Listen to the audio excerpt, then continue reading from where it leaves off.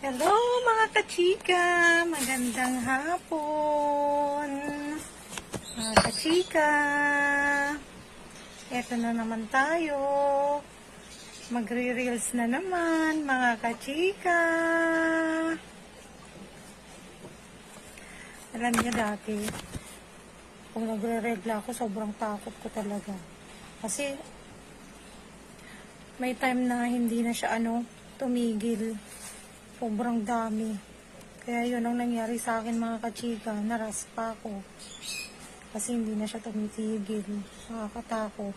Kaya pag nagregla ako, sobrang nanginginig ako. Natatakot ako. Pati yung asawa ko. Yun, naraspa ako mga kachika. Tapos akala ko nun, okay na ako. Kasi naraspa na ako, Yung pala after 2 weeks, ganun pa rin. Wala pa rin nagbago. Ganun pa rin, mas lumala pa mga kachika. Kaya sobrang takot ko talaga. Mas lumala yung nangyari sa akin. Kaya yun, naulit-ulit ako na ospital. Pero ngayon mga kachika, sana tumataba na kasi ako sana maging okay na ako ngayon. Mga kachika, bye!